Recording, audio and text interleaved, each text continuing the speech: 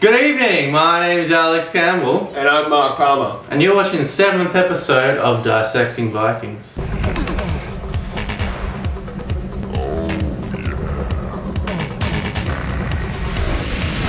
So the opening scene of this episode had one of the first problems I actually had with Vikings. Like, normally it's just a great show and there's no real issues that I really see. It's all really great. But yeah, it felt like Ivar was having backtracking the story and explaining what has happened. Yeah, for the audience. How I've been impatient. Now I can finally fulfill my promise to the gods and kill Kattegat. Yeah, I just thought that was ridiculous. Like, pretty much anyone who watches Vikings is watching knows what's going on. Yeah, so you're not going to cut him down. Oh, he wants to kill Lagertha because he doesn't know who Lagertha is. If you haven't seen the show, you don't know who Lagertha is. Yeah, if you're jumping into this point, then you're fucked. Why? I'm gonna watch Vikings. Let's watch season 5, episode 8. Yeah, makes sense. Yeah, it's the first line of this episode, and what is it? It's like, finally I'll get my revenge and I will kill Lagertha. I'm so excited to go to Kattegat. I finally get to fulfill Lagertha. I think he even says for killing my mother. Yeah, I think he does. They're looking directly down the lens of the audience. I'm going to kill Lagertha this episode. This is what's happening up until this point. So yeah, I remember the last episode. It ended with them talking about the different strategies that either might have taken coming in from sea to Kattegat or surrounding them. They would expect us to defend Kattegat by a seaborne attack. So they won't attack by sea? I don't think so. In my experience, Ivan never does what you expect him to do. But then it just kind of cuts to the two forces already set up and ready to fight, and it didn't do any of that. Yeah, strategy some preparation, sort of. Yeah, well, like, how was he going to enter? Was he going to come by boat? Was he going to come by land? What's going to happen? And they talked about that. Didn't come by boat. No, and that clearly is not in his mind at all. Yeah, they set up both their forces and were ready to go, which kind of took me by surprise. I was like, oh, is this what we're doing?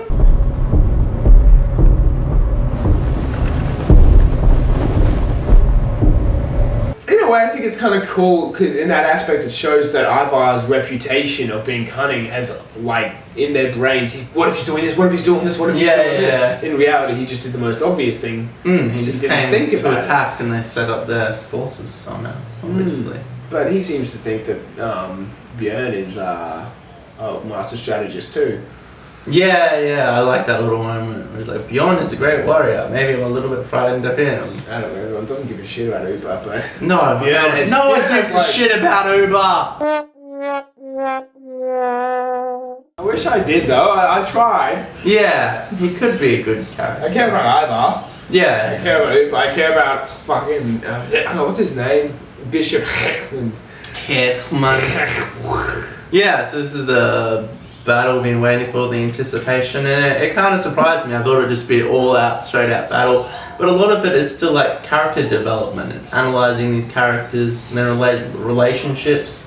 They trade hostages, and the episode gets in a lot with the relationship of Halfdan to his brother and where he stands.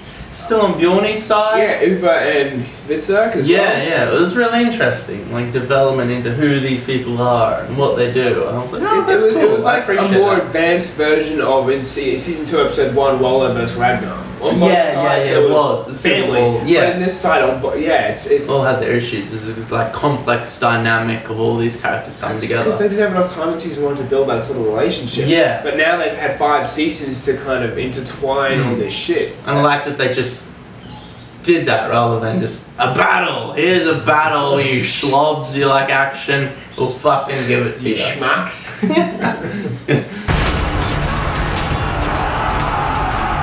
So the tension in Floki's community continues to build.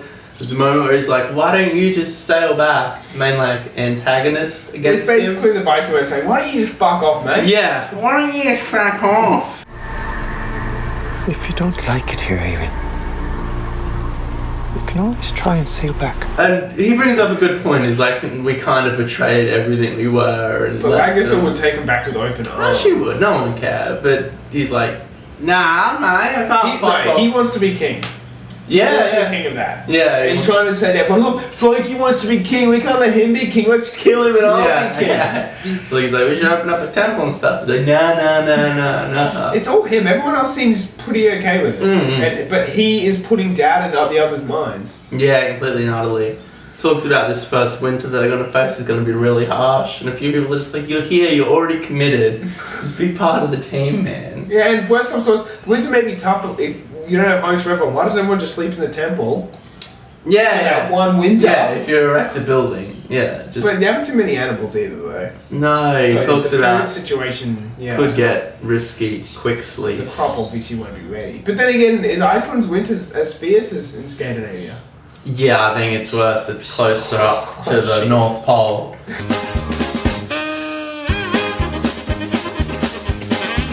So they're pretty much going to be... Like, it's going to be a hard winter. But he did say that it was going to be very difficult. Yeah. He should have said, I could not stress that enough. And you're already there, you've already committed, so just roll with the dice. But yeah, maybe... Live with that community. I do kind of agree. Maybe they should set themselves up first. Instead of a temple, like, yeah. I mean... Well, we're men of science, we don't believe in invisible people in the sky. So, if I was a rational Alex at that point, I'd be like, what the fuck are you talking about? No, we need to build, like, a lot more infrastructure before we build a temple to an invisible man in the sky. Pretty sure you would not be allowed in the island. No. I feel like he was obviously looking for people who Yeah. Different time, different people. But what we also need to build is a temple. A temple to the gods who have been so good to us. And I suggest that Thor, the god of the farmers, like us, shall be the main god of the temple. So this episode has a scene where all the chieftains and people of importance get together and have a conversation, and they're surrounded by both sides have guards with big flags and blue stuff. and the orange. Yeah, I thought logically that this seems a bit weird. It's like, what's going on? This doesn't really happen in real life. It looks so like set up, but visually it was really beautiful.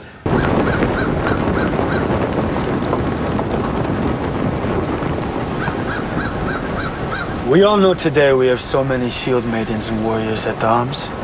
Yeah, I mean, when you say it doesn't happen in real life, I mean, how else are they going to have a secure, like, peace talk? Yeah, I just felt like the first viewing was like, oh, this is deliberately set up like a television show. Yeah, I see that, but at the same time, it looked too the flag, I mean, staged. I understand them meeting in the middle, horseback, Yeah. and discussing. Like, but That'd that's be what happens more in all shows. realistic. They do it. They're like, I will not do this, and then they get back and fight. They yeah. wanted to have an actual discussion, which the scene was great. Yeah, for all my like, that's not really realistic. Once they all teared off and got into formation stuff, like them on that green landscape, it looked visually very impressive, and I enjoyed the visuals of it. So yeah, kind of give it a pass, just because it's cool and different and visually stimulating. Would it have been as unrealistic if they didn't have the flags? Yeah, I think maybe the flag is the main thing. Because I feel like in a way that's kind of like protection. Like if the thing goes sour, which spoilers, it did. They were there and they were ready to go. Yeah. Like Sparta! Yeah. Both sides had the exact same like pikes with flags on them. Yeah, well, they're both Viking. Yeah, I guess. But the scene itself was very. Well, what I really tense. liked was the character dynamic and exploring everyone's motivations and whatnot. And yeah, I was like second take at first, like I don't want to destroy the brothers of Lothbrok. We all be friends and stuff. And then I just throws his drink in Uber's face. But he was smiling on it, didn't he? Yeah, boom. It was like, oh, you fucking little. And then he pushes him in the back. Yeah, And you see, it looks like you look what the fuck, man. Yeah, You know? when Ivor was like, I don't want to fight, I kind of believed him, but a big part of me was like, this In is my all gonna mind, go I'm like, sour. this is a trap. Yeah. But I don't feel, anyway, it doesn't seem like it's a trap. Part of me feels like he just changed his mind. Yeah, I was waiting for like a big betrayal of him to like say, oh, we're all good, and then like a red wedding type scene of him just slaughtering them, which would have been awesome. It could have just been a mental thing of, he was all happy with it, but then he thought about it, it's like, wait a second, this is us surrendering to them. Yeah, he could have actually believed at that point that part of him doesn't want to kill his brothers. He did actually say- felt remorse for Didn't he Sigurd say when he killed him. hates, I still hate myself for killing Sigurd. Yeah, and I believe that character. Well, is dead. he showed it in his face. Yeah, absolutely. You know? I do not want to fight against my brothers. I still hate myself for killing Sigurd. But then again, as soon as he mentioned to Upa, it's like, you're not my brother anymore. It's like, okay, he doesn't want to fight his brothers, but he does not view you as his brother anymore, so he'll slash it for like the first chance. Yeah, he's done with you guys. Lagertha just pours out a drink. She's like, well, we're done. This ain't happening. Yeah. He was our one chance. Yeah. Now he's like, nah, fuck this. He's like, you guys, I got my little axe thing. But yeah, it was a cool scene, character development. Although part of me thought you like- should have just had your little war there, and then kill the leaders of whichever force, and then you wouldn't have had to worry about all the lost youngins dying. Yeah, Vikings. Historically. No, let's stop, let's have a big war. Yeah, well, it could just be Ivar versus Lagertha, and Ivar would die horribly. Even still, I reckon Björn, Upa, and Lagertha would have slaughtered Ivar. Ivar, while he's intelligent, he's not much of a fighter. No, he's fucking He would have been slaughtered. He's a And then retard. what's Feinherr gonna do? Not much. His brother's not gonna help him. No. That was surprising, I thought. I legit thought he was gonna go back with him. Neither Vitser nor him. Yeah. Which says a lot about their culture, I guess. They're determined to their way and the Vikings and... With Halfhand, I felt he was, yes, I am, that's a Viking thing. But with Vitserk, I felt he just feels like it doesn't matter what I do.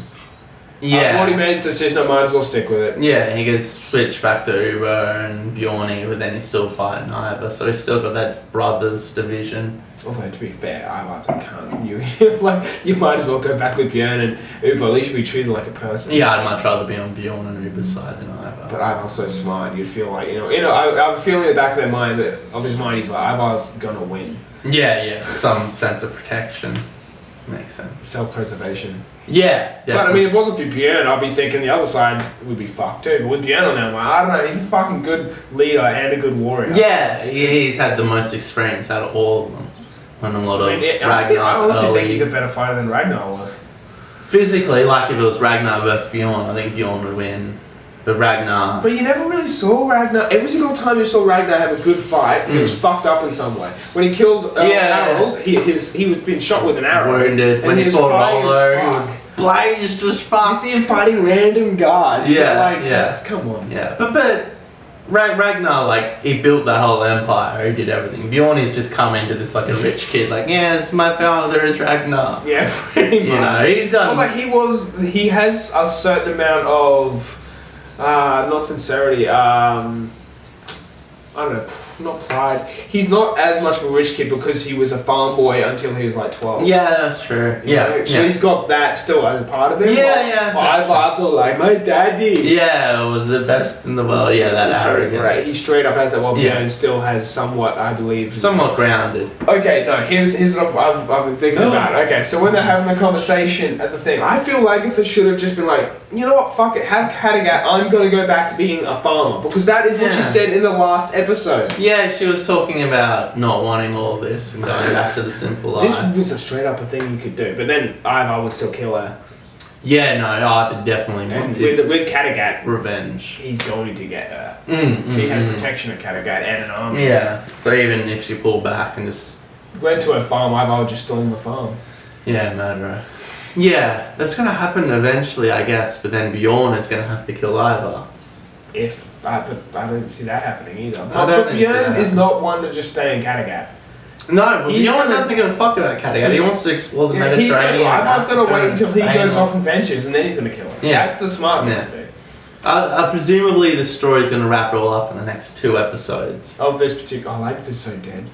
What a terrible pity to kill our young men for a piece of land which is already ours.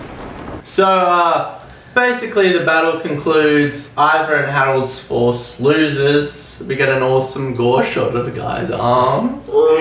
Ah! But that's more realistic as to what battles would be, because those swords weren't that sharp. They weren't like katanas. And then So it didn't give it a clean slice, it was just hanging yeah, they just kind by of his ripped skin. and broke through stuff and left shit hanging. But it was so real. It just looked so Yeah, and you just feel for that guy just looking at his arm like, oh my god, this is my arm. But yeah, basically Ivar and Harold this part of this battle, they lose.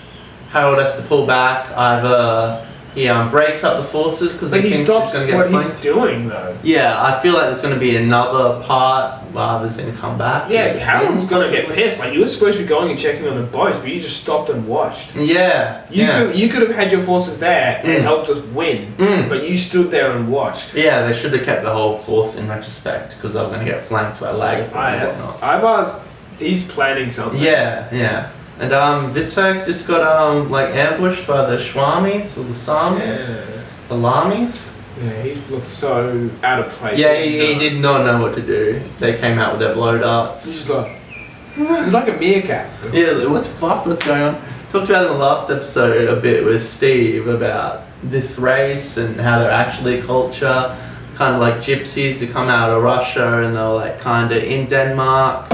More traveling, but yeah, I don't think they actually had blow darts at all in the culture. From what I can find in my little bit of research, I don't think that's a thing. So this is just kind of tacked on to this culture now.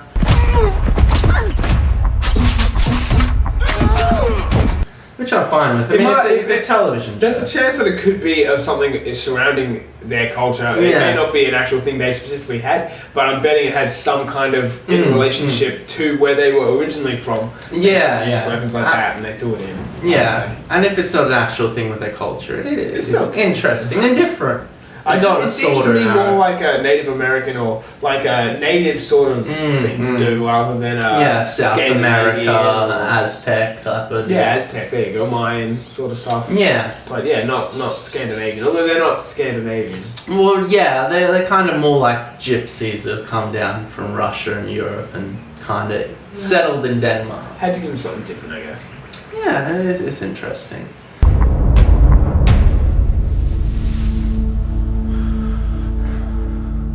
So yeah, what do you think's going to happen in the next episode? Ivor and Harold have been defeated. I presume they're going to come back and, I don't know, beat Lagertha's forces and kill Lagertha? No, I think that they're going to have to rely on espionage or something now because there's no, after that loss, there's no way they have enough forces to go back and fight. Yeah. That is one good thing out of the show, like, we don't know what's going on. A lot of shows, they're just so vague and predictable. You could say, well, this is obviously going to happen in the next 2 episodes. One is based on loosely based on reality. So it's got to have realism to it. It's not like Game of Thrones or something where you just fucking fly a dragon in there or something, you know? And, I mean, that's become more predictable. Oh, completely. Yeah. Like that episode 7 of the last season. No, episode 6, the one where they went into Beyond the Wall, all that shit. It's like, John's not gonna die here, blah blah. That was the worst. Send a raven, it only takes 2 seconds. Yeah, that was the worst schlock ever. It was all predictable, just cliches. Thank you, D&D, you fucking cunts. But you know, Vikings doesn't do that. No, well, they have one main writer who wasn't writing off of books, who is a good writer, and it was writing off the history book. Yeah, kind of. But once again, that's so loose. Yeah, it's very vague. I mean, in the actual Viking sagas, like Ragnar fought a giant snake and a giant wolf to get Lagertha and stuff. I love the way they interpreted that as the story. Yeah, he told a little story to Bjorn. But I was set upon by a bear and an enormous hound who guarded her home. I killed the bear with my spear. And I managed to strangle the hound with my bare hands. But yeah, it's not laid out how the show is at all. It's like folk tales and shit, and it's like vague. There's a very decent chance Floki and Ragnar didn't even exist at the same time period. They just put Floki in there to kind of... Yeah, and Floki just discovered Iceland. He didn't go with Ragnar to like Lindisfarne or anything. Also, like the rating of Lindisfarne and the rating of Paris is like 100 years apart. Oh, really? So it couldn't have been Ragnar doing both. Also, you know, the dead scene sneaking into Paris, that was Bjorn, that wasn't Ragnar. I read that there was a rumor that Ragnar Lothbrok died in Paris doing that. Yeah, well, you know how he fell off the bridge and stuff? He could have died there, he could have died in the snake pit. Also, Oslog was actually Bjorn's mother, not... Ragnar. Yeah, really? so yeah, it's pretty vague and loose. He's not following the story. Well, it says written like hundreds of years after. Yeah, 300 years after the actual events. So that's mental. It's all myth and legend. Right now they've been, I don't know how many like fucking at least 50 or something years, 40, 50 years since the show started, Yeah. and they still don't know how to read and write.